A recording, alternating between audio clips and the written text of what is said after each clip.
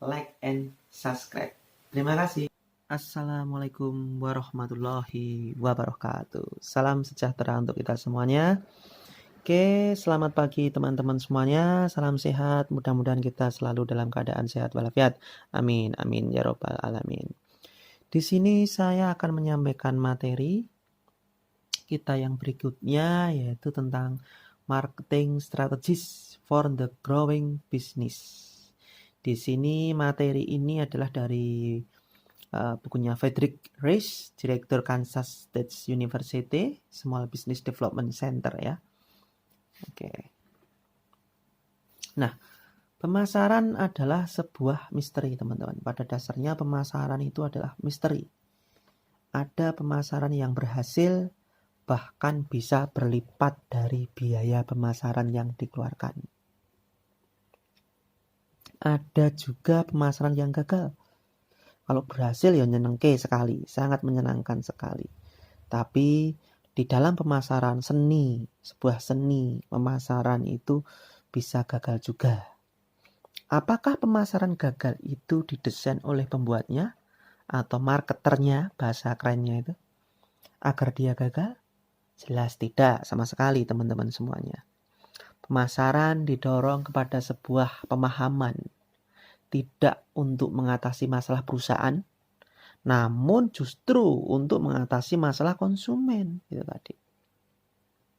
Harusnya pendekatannya seperti itu, bukan dari masalah perusahaan, tapi pendekatannya adalah pendekatan mengatasi masalah konsumen. Nah, untuk itulah kemampuan merumuskan konsep yang tepat seperti yang dikehendaki konsumen menjadi kata kuncinya. Sangat-sangat urgent. Selain itu juga materi praktis tentang pemasaran yang dikaji juga yang melingkupi, contohnya adalah penganggaran, perencanaan, lalu desain tata letak, desain lokasi, judul, tata bahasa, dan analisis media. Itu sangat penting. Nah, pengertian pemasaran sendiri menurut Frederick Reich ya, cara pengelolaan bisnis agar setiap keputusan yang dibuat selalu dengan pemahaman penuh bagaimana reaksi yang akan dilakukan konsumen. Itu tadi. Ya, tipe-tipe pendekatannya jelas antara penjualan sama pemasaran itu berbeda ya. Bahasan misalnya, bahasan di sini ada produk jasa untuk konsumen. Ya, produk jasa untuk konsumen itu penjualan. Kalau pemasaran sendiri konsumen ada di desain produk atau jasa. Disediakan produk atau jasa. Lalu fokusnya, kalau penjualan fokus pada volumenya ya. Jadi penjualan itu fokusnya pokoknya payu oke. Intinya tadi. Kalau penjualan intinya adalah laku yang banyak. Itu tadi volumenya. Terjual banyak barangnya itu tadi atau jasa tadi. Nah, kalau pemasaran berbeda. Pemasaran jelas profit. Nah, pendapatan yang banyak. Itu objek ya. Penjualan produk. Kalau objek, pendekatan penjualan itu produknya ya. Barang tadi. Kalau pemasaran pendekatannya adalah kebutuhan konsumen. Keinginan konsumen. Apa itu keinginan konsumen? Itu. Kita basicnya itu.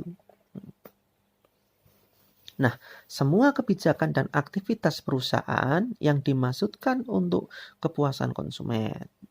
Berikutnya yaitu keuntungan adalah tujuan perusahaan yang lebih bagus daripada mengejar volume penjualan. Jelas, jadi berorientasi profit itu tadi. Sehingga fleksibilitas strategi sebagai substansi aktivitasnya dengan tanpa mengabaikan tujuan. Keuntungan merupakan hasil ya dari kemampuan produsen dalam memenuhi keinginan konsumen dan konsumen mau membelinya. Jelas kalau kita dapat menyediakan, mencukupi kebutuhan apa yang diinginkan konsumen, keuntungan kita pasti akan kita dapat sepanjang kita dapat menyediakan kebutuhan konsumen. Nah, di dalam pemasaran tentu saja diperlukan sebuah riset pemasaran bertujuan untuk meningkatkan efektivitas pemasaran. Yang pertama, menganalisis keunggulan bersaing. Apa yang terbaik dari kita dianalisis. Keunggulan kita ini apa sih sebenarnya? Perusahaan kita ini unggul di dalam apa? Yang berikutnya, mengidentifikasi pasar spesifik yang akan dibidik. Identifikasi pasar itu penting. Ya tadi. Menentukan keinginan dan kebutuhan konsumen. Menentukan keinginan dan kebutuhan konsumen. Berikutnya adalah untuk menyiapkan rencana pemasaran guna menjangkau konsumen baru sekaligus memperbanyak penjualan pasar yang ada. Yang terakhir yaitu untuk mengevaluasi dan simulasi rencana strategi baru dapat menghasilkan seperti yang diinginkan. Nah, itulah hal-hal yang penting ya yang harus dilakukan. Makanya perlu dilakukan riset pemasaran tadi. Nah, manfaatnya apa sih dari riset pemasaran tadi? Jelas, mengetahui keinginan konsumen. Yang kedua, mengetahui bagaimana menjangkau konsumen tersebut. Yang ketiga, mengetahui iklan yang paling efektif dan iklan mana yang tidak dapat balasan. Nah, yang keempat, mengetahui keberhasilan dari strategi pemasaran yang berbeda, sehingga bisa memutuskan strategi yang efektif untuk meningkatkan laba perusahaan. Yang terakhir, belajar bagaimana untuk tidak mengulangi kesalahan-kesalahan yang telah lewat. Atau perusahaan-perusahaan pasti ada sebuah kesalahan di dalam pemasaran tadi. Nah, itu tadi. Makanya diperlukan riset-riset supaya kesalahan-kesalahan yang kemarin itu tidak terulang kembali. Nah, sebuah riset pemasaran itu memang kadang membuat dilema. Karena riset pemasaran pada dasarnya itu sangat mahal. Memerlukan waktu dan memerlukan keahlian yang profesional. Apabila benar-benar kita melakukan riset pemasaran. Nah, beberapa perangkap yang bisa terjadi adalah satu, menggunakan sampel yang tidak mewakili populasi. Yang kedua, mengajukan pertanyaan yang salah. Yang ketiga, tidak merespon data, terlalu percaya diri dengan asumsi diri. Ya, informasi bias dan tidak valid. Yang kelima, mengikuti emosi dan memotong komunikasi di beberapa titik dalam proses pemasaran. Nah, apabila anggaran kita atau budget kita itu terbatas, maka bisa kita gunakan cara-cara sebagai berikut ya. Bisa survei informal, lalu user group, lalu kotak saran, lalu bisa FGD, brainstorming, analisis pengaduan, lalu perbandingan belanja, lalu menganalisis konsumen, usia, pendapatan, SEK, pengambilan keputusan, bacaan kupon, dan lain-lain. Ini tadi. Nah, ini kita bisa gunakan cara-cara seperti ini. Misalnya kita bisa membuat sebuah CRM ya, Customer Relationship Management ya, manajemen hubungan pelanggan yang baik. Kita buat secara sederhana pun itu juga nanti bisa membantu kita di dalam kita memasarkan suatu produk seperti itu.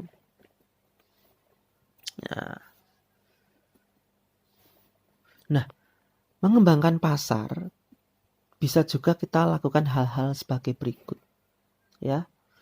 Kita bisa perluasan lokasi penjualan, itu ekspansi ya, seperti itu. Bisa relokasi, lalu menambah outlet, lalu dengan strategi integrasi juga ya, integrasi ke depan, integrasi ke belakang, yang pernah saya ceritakan juga di dalam video saya ya. Ada integrasi ke belakang dan ke depan itu tadi. Lalu yang keenam adalah pembukaan pasar baru ya di luar daerah. Misalnya dengan strategi Blue Ocean ya, strategi Blue Ocean itu tadi. Lalu ada kerjasama juga dengan pihak lain ya, juga bisa dengan waralaba, lalu juga dengan lisensi ya. membeli lisensi dari perusahaan-perusahaan terkenal itu tadi. Lalu dengan pemasaran langsung, door to door, dengan televisi, dengan majalah, dan lain sebagainya. Apalagi saat ini di era revolusi industri ini, kita bisa menggunakan media online yang luar biasa. Kita dapat menjual produk kita ke seluruh penjuru dunia itu tadi, dengan sosial media yang saat ini sangat-sangat luar biasa. Nah, rencana pemasaran itu bisa dibagi juga dengan pensegmentasi ya. Segmentasi pasar. Segmentasi pasar jelas bisa dengan segmen dari demografinya ya. Demografi itu macam-macam, jenis kelamin, usia, tingkat pendidikan, lalu berdasarkan geografisnya atau letak wilayahnya, lalu kepemilikan rumah, status perkawinan, jumlah anggota keluarga, sampai suku bangsa itu tadi. Lalu juga segmentasi pasar dengan indikator psikografi ya, latar belakangnya, pengaruh, atribut produk, lalu juga bisa dengan gaya hidup orang itu tadi ya, gaya hidupnya bagaimana, tadi ya, perilakunya seperti apa, lalu layanan dan produk, lalu perilaku di masa depan tuh bagaimana, itu mungkin nanti di dalam perilaku konsumen itu tadi. Itu ada memposisikan produk di pasar itu tadi. Makanya pemposisian itu sangat penting. Makanya di bauran pemasaran itu ada 4P ya. 4P diikuti STP, segmenting, targeting, dan positioning. Nah, di sini memposisikan produk di pasar ini sangat penting. Ya, tidak ada produk yang super tanpa cacat. Tidak ada yang super. Semuanya pasti memiliki keterbatasan. Semua ada kelebihan, pasti juga ada kekurangannya. Itu tadi. Untuk itu harus diletakkan secara benar. Ukuran, rasanya, harga di pasar, dan lain-lain. Nah, selanjutnya terkait erat dengan penentuan media dan iklan untuk setiap segmennya tadi. Nah, dengan memahami siapa pelanggan-pelanggan kita, segmennya, segmen apa, dan motif pembelian ya, kita dapat memilih posisi yang paling masuk akal, tepat di pasaran. Pemposisian kita harus tepat tadi. Selanjutnya tentang pilihan posisi produk di pasar ya, ada positioning ya, pada fitur ya, pemposisian itu banyak sekali ke cabang-cabangnya ya, pada fitur spesifikasi produknya. Unik, lalu tangible atau intangible, positioning pada spesifikasi manfaat produk sesuai dengan kebutuhan konsumen. Selanjutnya positioning melawan produk pesaing ya. Keempat, positioning dengan menggunakan simbol budaya atau culture-nya. Yang terakhir, gabungan dari pemposisian tersebut. Itu tadi. Nah, proses positioning produk gitu ya, itu ada mendefinisikan ke segmen pasar mana produk tersebut akan disaingkan. Yang kedua, mengidentifikasi atribut produk sampai mempertahankan posisi produk tersebut. Nah, lalu juga penting juga anggaran periklanan itu tadi. Anggaran periklanan sangat diperlukan. Berapa yang harus dianggarkan, untuk masa berapa lama, di pasar mana dana harus dihabiskan, media apa yang digunakan. Nah, itu harus dipikirkan. Pembuatan iklan yang berhasil itu yang seperti apa sih? Yang pertama harus sesuai dengan kebutuhan konsumen. Teknik dalam menyajikan pesan iklan, penguatan elemen iklan ini tadi. Jelas media untuk pemasangan iklan tuh sekarang ini banyak sekali. Berbagai media.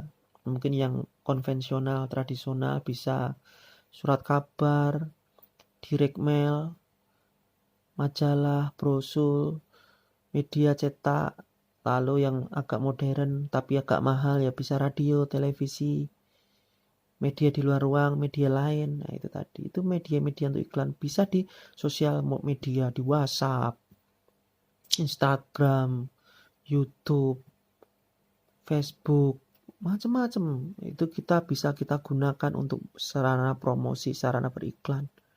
Itu tadi.